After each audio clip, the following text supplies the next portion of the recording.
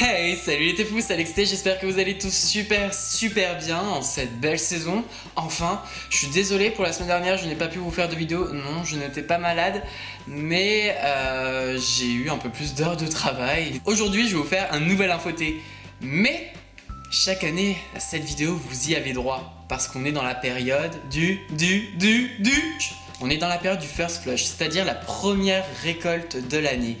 En fait, pendant tout l'hiver, les théiers vont être en dormance. C'est-à-dire que tous leurs arômes vont se concentrer dans leurs premières feuilles à l'arrivée du printemps. Et du coup, c'est l'une des récoltes les plus prestigieuses pour tous les théiers.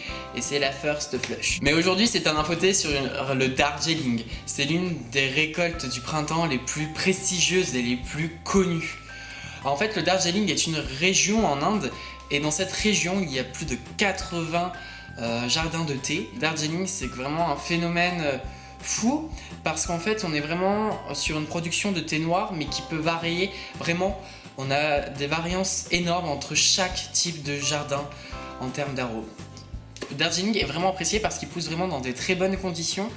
Il pousse au pied de l'Himalaya, entre 1500 et plus de 2000 mètres en termes d'altitude. Donc c'est vraiment les conditions parfaites pour un théier. Les Darjeeling sont en grande majorité des thés noirs. Mais après, en bouche, je parle pour le first flush, la première récolte, on va être sur quelque chose de plus vert en bouche, de plus aromatique, de plus végétal. Petit conseil, quand vous achetez un Darjeeling, vérifiez bien ce qui est écrit. Comme s'il y a la seule dénomination du nom de Darjeeling, ça veut dire qu'il y a de fortes chances que ce soit un mélange de plusieurs Darjeeling.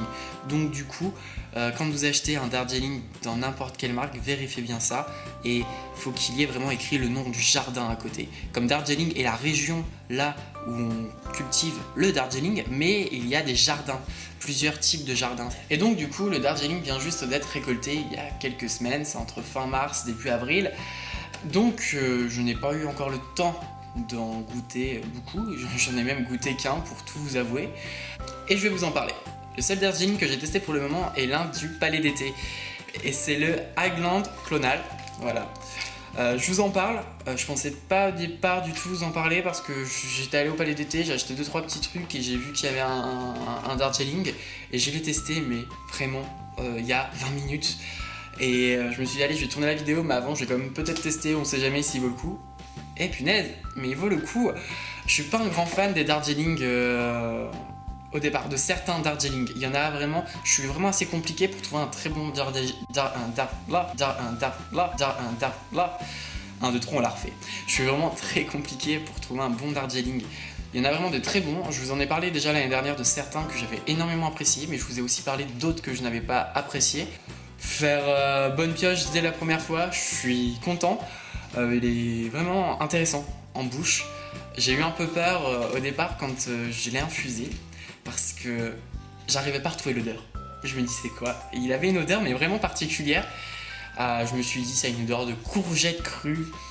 Et après j'ai vraiment fait travailler mon nez là-dessus et en fait ça sent la patate. Ça sent la patate. Mais en bouche, vous inquiétez pas, vous sentez pas la frite. Hein. En bouche, il est vraiment très floral.